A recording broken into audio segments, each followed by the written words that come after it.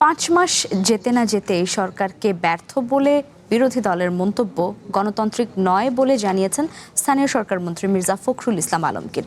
গণতন্ত্রের স্বার্থে সব পক্ষকে সহনশীল হওয়ার আহ্বান জানান তিনি। আর তথ্যমন্ত্রী জহিরুদ্দিন স্বপন বলেছেন, টেকসই, স্বাধীন ও দায়িত্বশীল গণমাধ্যম প্রতিষ্ঠায় বদ্ধপরিকর সরকার। রাজধানীতে টেকসই গণতন্ত্রে গণমাধ্যমের ভূমিকা শীর্ষক এক সেমিনারে এসব কথা বলেন তারা। অর্থনৈতিক স্বাধীনতা ছাড়া গণতন্ত্র প্রতিষ্ঠায় স্বাধীন, দায়িত্বশীল ও জবাবদিহিমূলক গণমাধ্যমের গুরুত্ব তুলে ধরে টেলিভিশন এডিটর্স কাউন্সিল আয়োজন করে টেকসই গণতন্ত্রে গণমাধ্যমের ভূমিকা শীর্ষক সেমিনার। শুক্রবার রাজধানীর তেজগাঁওয়ে এই সেমিনারে অংশ নেন বিভিন্ন টেলিভিশন চ্যানেলের সম্পাদক, জ্যেষ্ঠ সাংবাদিক, গণমাধ্যম ব্যক্তিত্ব এবং বিভিন্ন পেশার প্রতিনিধিরা।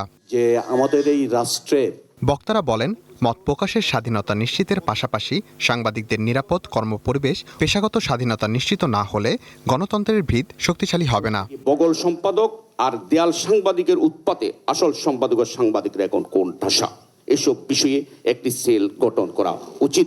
যে মিডিয়া কমিশন প্রস্তাবিত যেটা আছে সেটা দ্রুত ব্যবস্থা করা, এটা গঠন করে সুপারিশগুলি নেওয়া অংশীজনদেরকে নিয়ে, কারণ সাইবার ক্রাইম যে পর্যায়ে চলে গেছে, সমাজ মাধ্যম আপনাদের মূলধারার মিডিয়ার প্রতিদ্বন্দ্বী হয়ে দাঁড়িয়েছে। পূর্বের মতো গণমাধ্যমের উপর সরকারের তরফ থেকে কোনো চাপ নেই দাবি করে তথ্যমন্ত্রী জহিরুদ্দিন স্বপন জানান, টেকসই, স্বাধীন ও দায়িত্বশীল গণমাধ্যম প্রতিষ্ঠায় সরকার বদ্ধপরিকর।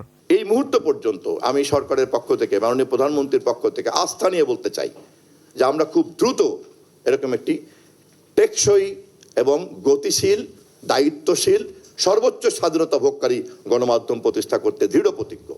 গণমাধ্যম শক্ত থাকলে গণতন্ত্র টেকসই থাকবে। সেই সঙ্গে গণতন্ত্রের স্বার্থ সব পক্ষকেই সহনশীল হওয়ার আহ্বান জানান মির্জা ফখরুল। 3 মাস 4 মাস গেল না, আমরা এখন রাস্তায় নেমে গেছি। রাস্তায় নেমে আমরা বলছি যে সরকার ব্যর্থ, এই মুহূর্তে পদত্যাগ করতে হবে। আমরা বলছি যে 5 বছর যেতে দেবো না, একদম ফ্যাসিস্ট ভাষায়।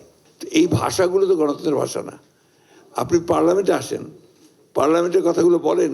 এ সময় তিনি অভিযোগ করেন, গ্যাস সংকট বিগত সরকারের তৈরি, বর্তমান সরকারের নয়। ধ্বংসপ্রাপ্ত ব্যাংকিং সেক্টর উন্নয়নে বর্তমান সরকার কাজ করছে বলেও জানান তিনি। ধৈর্যটাকে রাখতে হবে, সহনশীলতা রাখতে হবে। Rakib Hasan, one news, Dhaka.